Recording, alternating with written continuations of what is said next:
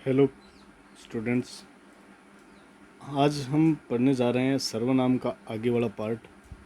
हमने पढ़ लिया था कि सर्वनाम की डेफिनेशन, उसके भेद कितने होते हैं, और है ना, बहुत बड़े थे। हमने कौन कौन से पुरुषवाचक, निश्चयवाचक और संबंधवाचक, प्रश्नवाचक, अनिश्चयवाचक और निजवाचक, हमने एक पूरा डिटेल से पढ़ लिया था भेद।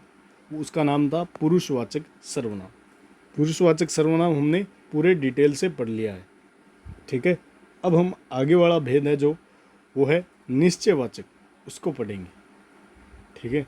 निश्चयवाचक के बाद में संबंधवाचक पढ़ेंगे, उसके बाद में आपको पता ही है, ठीक है, प्रश्नवाचक पढ़ेंगे और अनिश्चयवाचक पढ़ेंगे और फिर निजवाचक सर्वनाम पढ़ेंगे। तो हमने पुरुषवाचक सर्वनाम के 3 भेद पढ़े थे।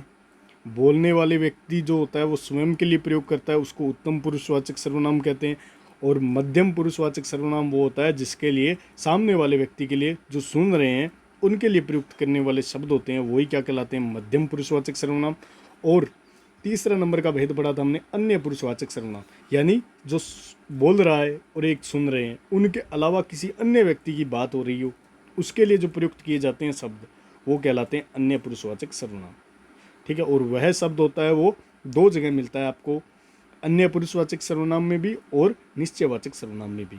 अब आपको पता है कब अन्य पुरुषवाचक सर्वनाम होगा वह शब्द, और वो वाक्य के आधार पे अपने को पता चलेगा। आपको मैंने एग्जाम्पल करवाए थे कल की क्लास में, जिसने कल की क्लास नहीं देखी है वो कल की क्लास ज़रूर देख लें।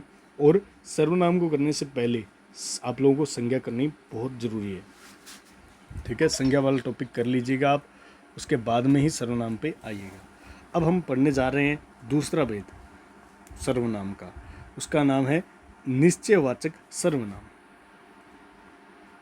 ठीक है। दूसरा भेद पढ़ने जा रहे हैं निश्चयवाचक सर्वनाम, निश्चयवाचक सर्वनाम, निश्चयवाचक सर्वनाम,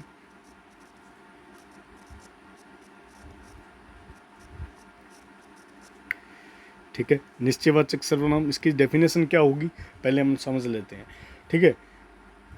ऐसा सर्वनाम शब्द, कोई भी सर्वनाम शब्द है जो किसी निश्चित व्यक्ति या वस्तु का बोध कराते हैं, वही क्या कहलाते हैं, निश्चयवाचक सर्वनाम कहलाते हैं।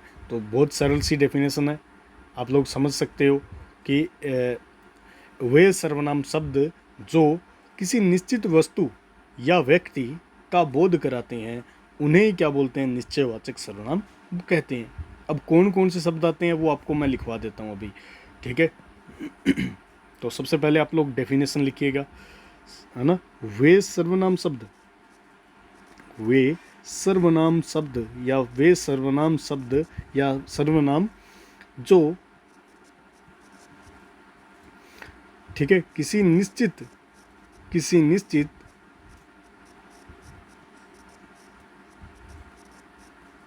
ठीक है, निश्चित व्यक्ति या वस्तु, व्यक्ति या, ठीक है, व्यक्ति या वस्तु, ठीक है, व्यक्ति या वस्तु का बोध कराते हैं। बोध कराने का मतलब आपके माइंड में आएगा, बोध कराते हैं, क्या कहलाते हैं, निश्चयवाचक सर्वनाम कहलाते हैं, ठीक है। या उन्हें क्या बोलते हैं, निश्चयवाचक सर्वनाम कहते हैं।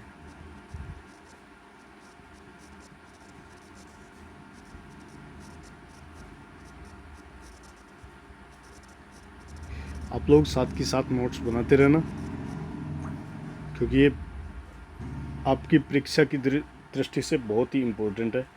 जब भी आप परीक्षा देने जाओगे ये नोट्स आपके काम आएंगे, बहुत ही ज़्यादा काम आएंगे, क्योंकि आपको पता है कि 10 प्रश्नों का मैटर है, ये 10 नंबरों का मैटर है, ठीक है। अब ये आपको पता चल गया होगा। अब इसके बाद में निश्चयवाचक सर्वनाम की हमने डेफिनेशन देख ली है। अब इसके अंदर शब्द कौन कौन से आते हैं, तो आप लोग शब्द लिखिए। वो है, सबसे पहले यह शब्द मिल जाए तो आपको देखना है कि निश्चयवाचक सर्वनाम है या नहीं है, ठीक है। तो यह मिल जाए, वह आपको पता है दोनों जगह आता है, और इस, ठीक है, उस, वे, ये, ठीक है। इस प्रकार के शब्द आपको देखने को मिलेंगे निश्चयवाचक सर्वनाम के अंदर। अब एग्जाम्पल मैं देता हूँ आपको। कई जगह ये शब्द कहीं और भी होंगे, ठीक है, लेकिन आपको पहचानना पड़ेगा, ठीक है। जैसे आपको पता है ये अन्य पुरुषवाचक सर्वनाम में उस शब्द का प्रयोग हो सकता है, उससे का प्रयोग हो सकता है, ठीक है। तो आप लोगों को पहचानना पड़ेगा। वो आपको मैंने पहले बताया था कि जब दोनों शब्द दिए हों तो किस तरीके से पहचान की जाती है, वह शब्द किसका है, अन्य पुरुषवाचक सर्वनाम का है या निश्चयवाचक का है, तो आपको पता चल जाएगा। जैसे मैं एग्जाम्पल और लिख रहा हूँ आपके सामने, ठीक है। एग्जाम्पल नंबर कुछ 1 नंबर मान सकते हो इसका। वह आपकी घड़ी है, वह आपकी घड़ी है। तो आपको वह शब्द देखते ही आपके दिमाग में आना चाहिए कि या तो ये अन्य पुरुषवाचक सर्वनाम का है या ये निश्चयवाचक सर्वनाम का है। अब कैसे पता चलेगा कि निश्चयवाचक सर्वनाम का है या अन्य पुरुषवाचक सर्वनाम का है? तो आपको पता चल जाएगा कि वह शब्द किसके लिए प्रयोग हुआ है, वो उसके आगे बैठा होगा, ठीक है। वह शब्द किसके लिए प्रयोग हुआ है, घड़ी के लिए प्रयोग हुआ है, तो वह आगे ही बैठी है। जो शब्द के लिए प्रयोग हुआ है वह आगे ही मिल जाए उसके शब्द, तो वो क्या कहलाता है, निश्चयवाचक सर्वनाम कहलाता है। निश्चय ही घड़ी के लिए प्रयोग हुआ है, ये देखो, ये याद रखना, वह शब्द है वो किसके लिए प्रयोग हुआ है, निश्चय ही घड़ी के लिए प्रयोग हुआ है, यानी आगे शब्द मिल जाएगा। वह आपकी घड़ी है, वह किसके लिए प्रयोग हुआ, घड़ी के लिए प्रयोग हुआ, ठीक है। तो इस तरीके से हम बता सकते हैं कि अन्य पुरुषवाचक सर्वनाम है या निश्चयवाचक सर्वनाम है, ठीक है। तो इसमें कौन सा है, निश्चयवाचक सर्वनाम है। और एग्जाम्पल इसके, ठीक है।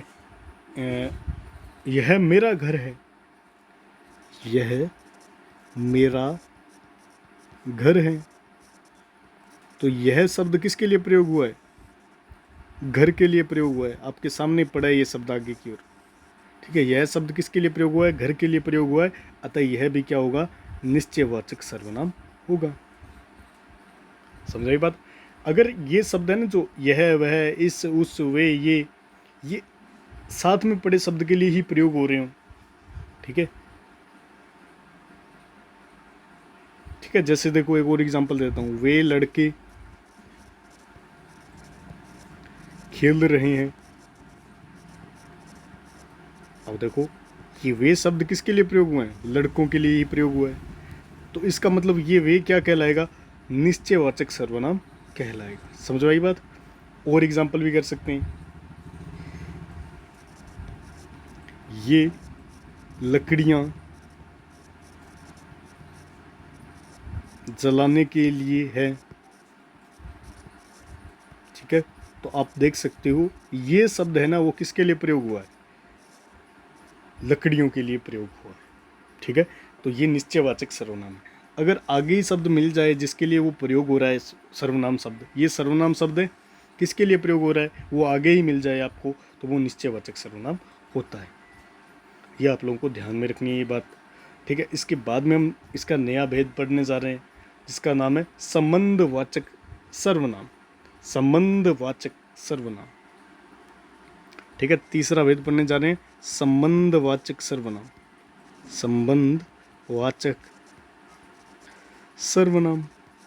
पहला भेद हमने पढ़ा था पुरुषवाचक सर्वनाम, दूसरा भेद हमने पढ़ा था कौन सा, निश्चयवाचक सर्वनाम। इसके बाद में संबंधवाचक सर्वनाम पढ़ रहे हैं, ठीक है। अब देखो इसकी डेफिनेशन क्या है, ध्यान से समझना, सुनना ध्यान से, ठीक है। वे सर्वनाम शब्द जो दो पृथक पृथक बातों के स्पष्ट संबंध को व्यक्त करते हैं। अब दो बातें दी होती हैं, इन वाक्यों के अंदर क्या होता है, संबंधवाचक सर्वनाम क्या होता है, दो पृथक पृथक बातें दी होती हैं और एक स्पष्ट संबंध को व्यक्त करते हैं शब्द, ठीक है। शब्द बयां करेंगे कि कौन सा सर्वनाम है, ठीक है।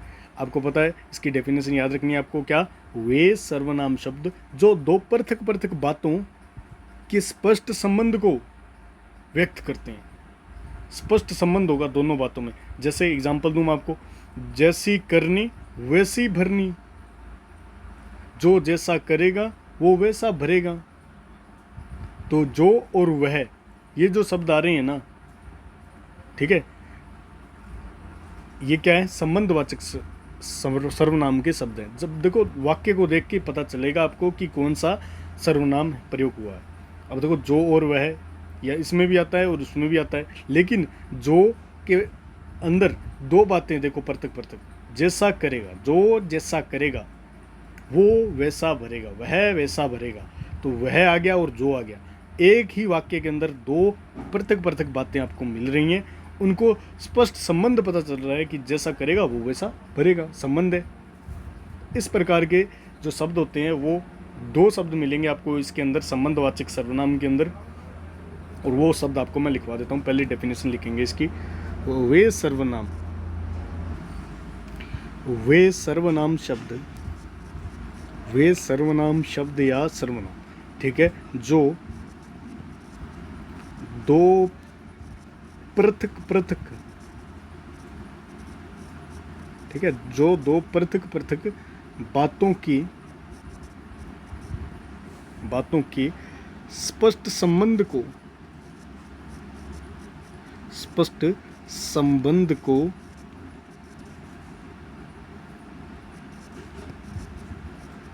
व्यक्त करते हैं। वे सर्वनाम शब्द जो दो पृथक पृथक बातों के संबंध या स्पष्ट संबंध को व्यक्त करते हैं, क्या कहलाते हैं, संबंधवाचक सर्वनाम कहलाते हैं। संबंधवाचक सर्वनाम कहलाते हैं।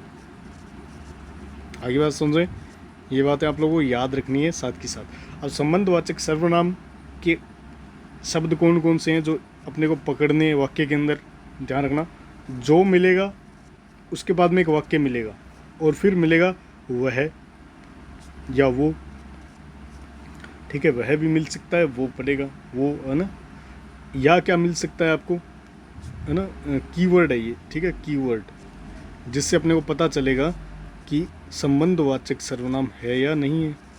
तो पहला कीवर्ड ये है जो और वह, और दूसरा कीवर्ड है जो और सो।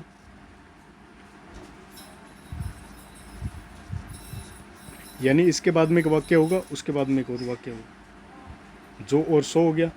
और एक आपको लोगों को याद करना है, जिसकी उसकी, इसके बाद में एक वाक्य लिखा होगा और दो पृथक पृथक बातें होंगी, उनमें स्पष्ट संबंध व्यक्त करेंगे, ये दोनों शब्द होंगे, दोनों ही शब्द होंगे वाक्य के अंदर, ये ध्यान रखना आप लोग, ठीक है। जितना उतना, जितना उतना, ये शब्द भी इसी के प्रतीक हैं संबंधवाचक सर्वनाम के, ठीक है। अब उदाहरण लिख लें, ठीक है, एग्जाम्पल लिख रहे हैं अपने, ठीक है, उदाहरण इसके लेके अपने। तो जैसे उदाहरण देख रहा हूँ मैं, लिख रहा हूँ, ठीक है, एग्जाम्पल किसके, संबंधवाचक सर्वनाम के। तो देखो इस तरीके का वाक्य मिल जाएगा आपको, जो, ठीक है, जो पढ़ेगा सो, ठीक है, जो पढ़ेगा सो पास होगा। अब देखो इस तरीके का वाक्य, जो पढ़ेगा सो पास होगा, इस तरीके का वाक्य अगर मिल जाए तो आप समझ जाना कि कौन सा सर्वनाम है, ये संबंधवाचक सर्वनाम है, ठीक है। एग्जाम्पल नंबर 1 था ये। अब दूसरा एग्जाम्पल, ठीक है, जितना गुड़ डालोगे उतना मीठा होगा, ठीक है, जितना गुड़ डालोगे, ठीक है, उतना मीठा होगा।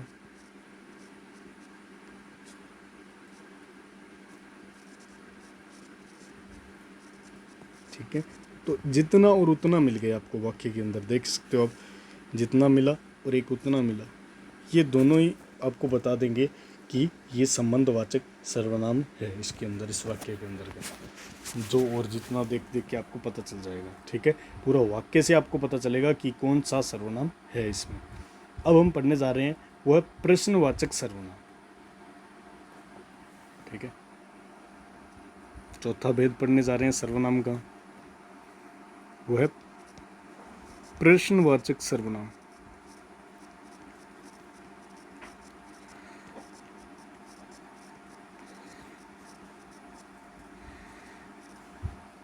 ठीक है, प्रश्नवाचक सर्वनाम अब किसे कहते हैं? वे सर्वनाम शब्द जो प्रश्न का बोध कराते हैं। शब्द होते हैं, देख लो, प्रश्नवाचक सर्वनाम क्या है? एक शब्द है। शब्द कौन कौन से बोध कराते हैं प्रश्न का, आप लोग जानते हो, कौन, क्या, किसकी। ठीक है, इस तरीके के वाक्य जो होते हैं वो प्रश्न का बोध कराते हैं। ठीक है, प्रश्न का बोध कराते हैं ऐसे शब्द, सर्वनाम शब्द ना, जो प्रश्न का बोध कराते हैं या वाक्य को क्या बना देते हैं? प्रश्नवाचक बना देते हैं, उन्हें क्या बोलते हैं? प्रश्नवाचक सर्वनाम कहते हैं। तो समझ में आ गई बात कि वे सर्वनाम शब्द जो क्या कर दें? प्रश्न का बोध कराते हो, या क्या कर दें? वाक्य को क्या कर बना दें? प्रश्नवाचक वाक्य बना दें। प्रश्नवाचक मतलब कुछ पूछा जा रहा हो जिसके अंदर, कुछ वाक्य के अंदर। ठीक है, तो ये आप लोगों को डेफिनेशन लिखनी है। सबसे पहले हम डेफिनेशन लिखते हैं इसकी। तो वे सर्वनाम शब्द, वे सर्वनाम शब्द, वे सर्वनाम शब्द, ध्यान से सुना करो आप। ठीक है, बार बार बोल रहा हूँ ना, लेकिन आप लोगों को उबना नहीं है, बार बार सुनना है इसी चीज़ को और ध्यान से समझना है। जो प्रश्न का बोध कराते हैं, प्रश्न का बोध कराते हैं, वे सर्वनाम शब्द जो प्रश्न का बोध कराते हैं। ठीक है, या वाक्य को क्या बना देते हैं? वाक्य को प्रश्नवाचक वाक्य बना देते हैं, या वाक्य को प्रश्नवाचक बना देते हैं।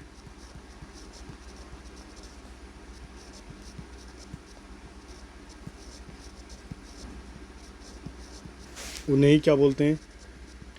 उन्हें प्रश्नवाचक सर्वनाम कहते हैं।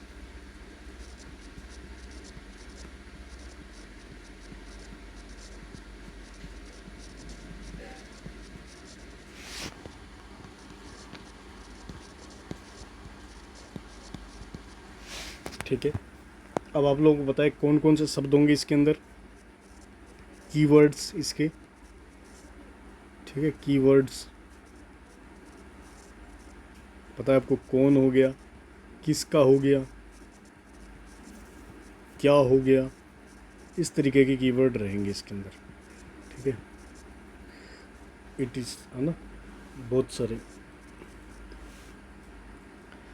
अब इसके एग्जाम्पल क्या क्या है, आपको पता कैसे चलेगा कि कौन से ये मतलब ये अंडरलाइन किया हुआ शब्द कौन सा सर्वनाम है? ठीक है, ये प्रश्न पूछा जाएगा ऐसे, देखो इस तरीके से प्रश्न आएगा आपका, कौन गाना गा रहा है? ठीक है, इस तरीके का वाक्य दे देगा वो, और वो अंडरलाइन करके देगा कि ये शब्द किस सर्वनाम का है। तो आप लोग ये बता दोगे कि कौन शब्द है वो किस सर्वनाम का है? प्रश्नवाचक सर्वनाम का है। इसकी डेफिनेशन बहुत ही सरल है और याद भी रह जाती है, और इसको पहचानना भी इतना मुश्किल नहीं है, ये ध्यान रखना। ठीक है, ठीक है, तो अब ये किसकी के लिए भी बना सकता है इस तरीके से, किसकी पुस्तक है? ठीक है, किसकी पुस्तक पढ़ी है, तो वो अंडरलाइन करके पूछेगा आपसे। ये प्रश्न इस प्रकार से पूछे जाते हैं, ध्यान रखना, सर्वनाम के प्रश्न अंडरलाइन करके पूछे जाते हैं, और वो पूछता है कि किसकी शब्द क्या है, कौन सा सर्वनाम है, तो आप लिखोगे प्रश्नवाचक सर्वनाम है। ठीक है, इस तरीके से आपके प्रश्न आते हैं। ये हो गया प्रश्नवाचक सर्वनाम आपका कंप्लीट। अब इसके बाद में हम पढ़ने जा रहे हैं पांचवा जो इसका प्रकार है सर्वनाम का, वो है अनिश्चयवाचक सर्वनाम। ठीक है, अनिश्चयवाचक सर्वनाम, अनिश्चयवाचक सर्वनाम, अनिश्चयवाचक सर्वनाम। अनिश्चयवाचक सर्वनाम। सबसे पहले इसकी डेफिनेशन हम समझ लेते हैं। ठीक है, अनिश्चयवाचक सर्वनाम क्या है? एक शब्द है, इतना ध्यान पता होना चाहिए, शब्द है। वे सर्वनाम शब्द जिनसे, ठीक है, निश्चित वस्तु या व्यक्ति का बोध नहीं होता है। अब देखो, निश्चयवाचक सर्वनाम क्या था? जिससे किसी निश्चित वस्तु या व्यक्ति का बोध होता हो, है ना, वह शब्द जिससे निश्चित व्यक्ति या वस्तु का बोध होता हो, वो कहलाते थे निश्चयवाचक सर्वनाम। इसमें उल्टा है। ठीक है, वे सर्वनाम शब्द जिनसे किसी निश्चित वस्तु या व्यक्ति का बोध नहीं होता है, बल्कि किस प्रकार की स्थिति बनी रहती है? अनिश्चय की स्थिति बनी रहती है। ठीक है, जैसे आपको मैं कहूँ कोई जा रहा है, कोई शब्द क्या है पता नहीं, निश्चय नहीं है भी, कोई पता नहीं कौन है वो जा रहा है, इसका मतलब अनिश्चय की स्थिति आपके दिमाग में बनी रहेगी इस शब्द को सुनकर। मैं कहूँ भी कुछ, वह कुछ खा रहा है, तो आपके दिमाग में आएगा कि पता नहीं क्या खा रहा है, यानी अनिश्चय की स्थिति आपके दिमाग में बनी रहेगी। ठीक है, जैसे मैं कह दूं किसी ने कहा है कुछ, ठीक है, किसी ने कहा था, इसका मतलब पता नहीं चल रहा कि किसने कहा था। किसी ने मतलब अनिश्चय की स्थिति बनी रहेगी आपके दिमाग में। ठीक है, तो ऐसे सर्वनाम ऐसे शब्द क्या कहलाते हैं? अनिश्चयवाचक सर्वनाम कहलाते हैं। ठीक है, इसकी सबसे पहले डेफिनेशन लिखना। वे सर्वनाम शब्द वे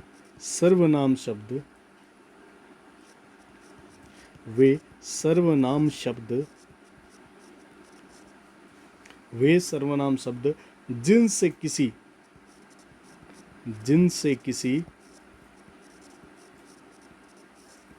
ठीक है, जिनसे किसी निश्चित वस्तु या व्यक्ति का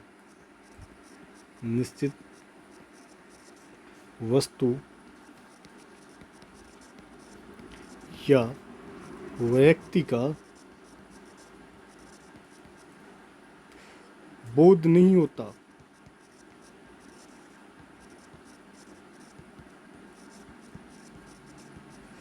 बल्कि क्या होता है? इससे अनिश्चय की स्थिति बनी रहती है। ठीक है, अनिश्चय की स्थिति बनी रहती है।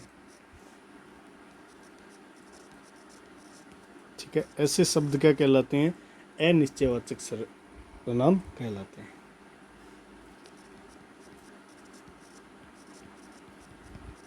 ठीक है, ये डेफिनेशन है, इसकी याद रखनी है आप लोगों को, क्योंकि आ सकती है आपके एग्जाम के अंदर। सर्वनाम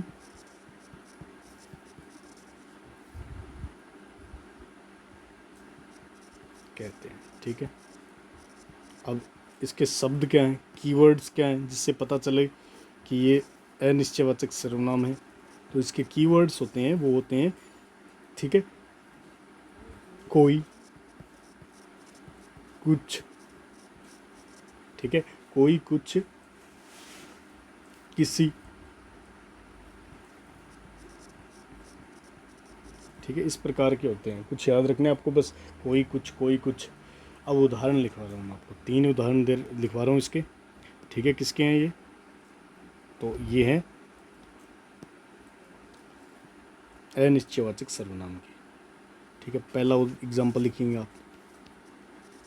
ठीक है, पहला एग्जाम्पल है इसका कि कोई जा रहा है। अब देखो, प्रश्न आएगा इस तरीके से, कोई जा रहा है, और उसमें ना अंडरलाइन कर दिया जाएगा कोई को, और वो पूछेगा कि ये अंडरलाइन किया हुआ, रेखांकित किया हुआ शब्द में कौन सी सर्वनाम है? तो आप ये बता दोगे कि अनिश्चयवाचक सर्वनाम है, क्योंकि इसमें पता नहीं चल रहा कौन जा रहा है, कोई है ना, कोई जा रहा है, अनिश्चित है यहाँ पे स्थितियाँ, और अनिश्चय स्थिति बन रही है, तो इसको अनिश्चयवाचक सर्वनाम बोलेंगे। ठीक है, और इसका एग्जाम्पल एक और। ठीक है, कोई जा रहा है, ये तो हो गया पहला एग्जाम्पल। दूसरा, वह कुछ खा रहा है, वह कुछ खा रहा है, ये क्या है? अनिश्चयवाचक सर्वनाम शब्द कौन सा है इसमें? कुछ। ये शब्द होते हैं सारे के सारे। ठीक है, जो भी सर्वनाम पढ़ रहे हैं ना, ये शब्द है। इसमें देखो कोई, कुछ, ये क्या है? आपको पता चल जाएगा कि अनिश्चयवाचक सर्वनाम शब्द है। ठीक है। एग्जाम्पल नंबर 3, किसी ने कहा था, किसी ने कहा था यानी किसी का कोई पता नहीं चल रहा, ये अनिश्चित है ये सब, इसीलिए ये अनिश्चयवाचक सर्वनाम के अंतर्गत आता है। ठीक है। अब इसके बाद में हम आखिरी भेद पढ़ने जा रहे हैं। ठीक है, वो है निजवाचक सर्वनाम। छठा भेद है, आखिरी है इसका, और इसके बाद में सर्वनाम आपका कंप्लीट हो जाएगा। निजवाचक सर्वनाम किसे कहते हैं? निजवाचक सर्वनाम। ठीक है, तो मैं बताता हूँ आपको। ठीक है, वे सर्वनाम शब्द, वे सर्वनाम, आपको पता सर्वनाम क्या है? शब्द है एक प्रकार का। वे शब्द जिन्हें बोलने वाला कौन होता है? कर्ता, वो स्वयं अपने लिए ही प्रयुक्त करे। वे शब्द जिन्हें वो करता है ना, वो बोलने वाला, वो स्वयं के लिए प्रयोग करे। जैसे वो कहे भी अपने आप, स्वयं, खुद, अपनी, ठीक है, इस तरीके के शब्द अपने लिए प्रयोग करे, वही क्या कहलाते हैं? निजवाचक सर्वनाम कहलाते हैं। स्वयं कर रहा हूँ मैं अपना काम, यानी अपने लिए कर रहा है, अपना, आप, ठीक है, आप कहते हैं ना कई बार, आप, ठीक है, अपने लिए आप बोल देते हैं कई बार, है ना, जैसे ठीक है, और खुद हो गया, इस तरीके के सब। ठीक है, ये निजवाचक सर्वनाम के अंदर आते हैं। तो इसकी डेफिनेशन क्या रहेगी, है ना, डेफिनेशन लिखेंगे सबसे पहले। वे सर्वनाम शब्द, वे सर्वनाम शब्द या शब्द, है ना, लिख सकते हो, जिन्हें बोलने वाला कर्ता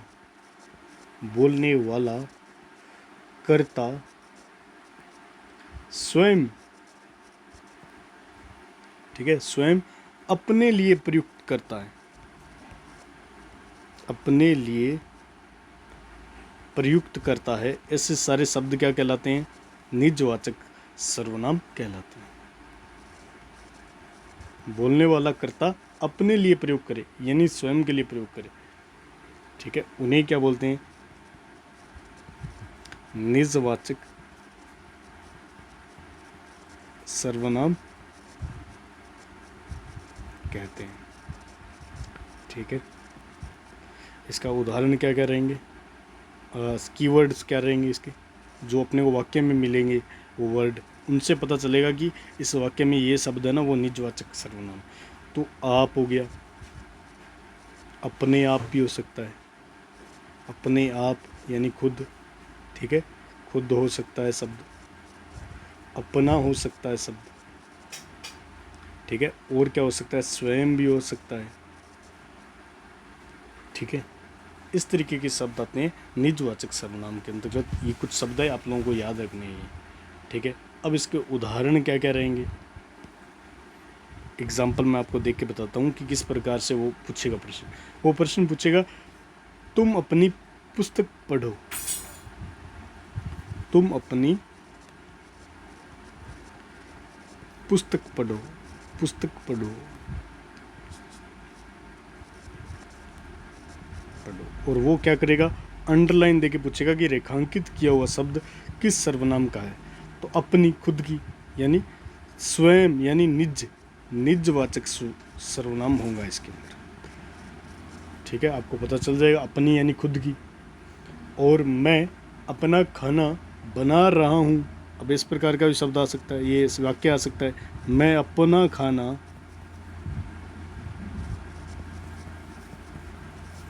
बना रहा हूँ, ठीक है। इस वाक्य में वो पूछेगा अंडरलाइन करके, अपना क्या है, कौन सा सर्वनाम है इसके अंदर, तो आप दे दोगे उत्तर निजवाचक सर्वनाम, ठीक है। आप, मेरे हिसाब से आप लोगों को समझ में आ गया होगा ये सारा कुछ, ठीक है। बाकी बहुत ही डिटेल से करवाया आप लोगों को, यही आपकी बोर्ड की बुक्स के अंदर दिया हुआ है, ठीक है, और बहुत ही बेहतरीन तरीके से आपको समझा दिया गया है। बाकी अपने अगला टॉपिक करेंगे नेक्स्ट टाइम, जिसका नाम है विशेषण, ठीक है, विशेषण करेंगे। तब तक के लिए आप लोग याद कर लेना इसको, सर्वनाम संज्ञा को, सर्वनाम को, और कुछ प्रश्न लाऊंगा मैं लास्ट में, ठीक है, जिसका डिस्कशन करेंगे कि कौन सा इसके अंदर सर्वनाम है, कौन सा संज्ञा है इसके अंदर, और कौन सा विशेषण है, क्रिया है। ये चारों टॉपिक आपके क्लियर हो जाएंगे ना, तो आपका जो फर्स्ट पार्ट है वो आपका कंप्लीट हो जाएगा।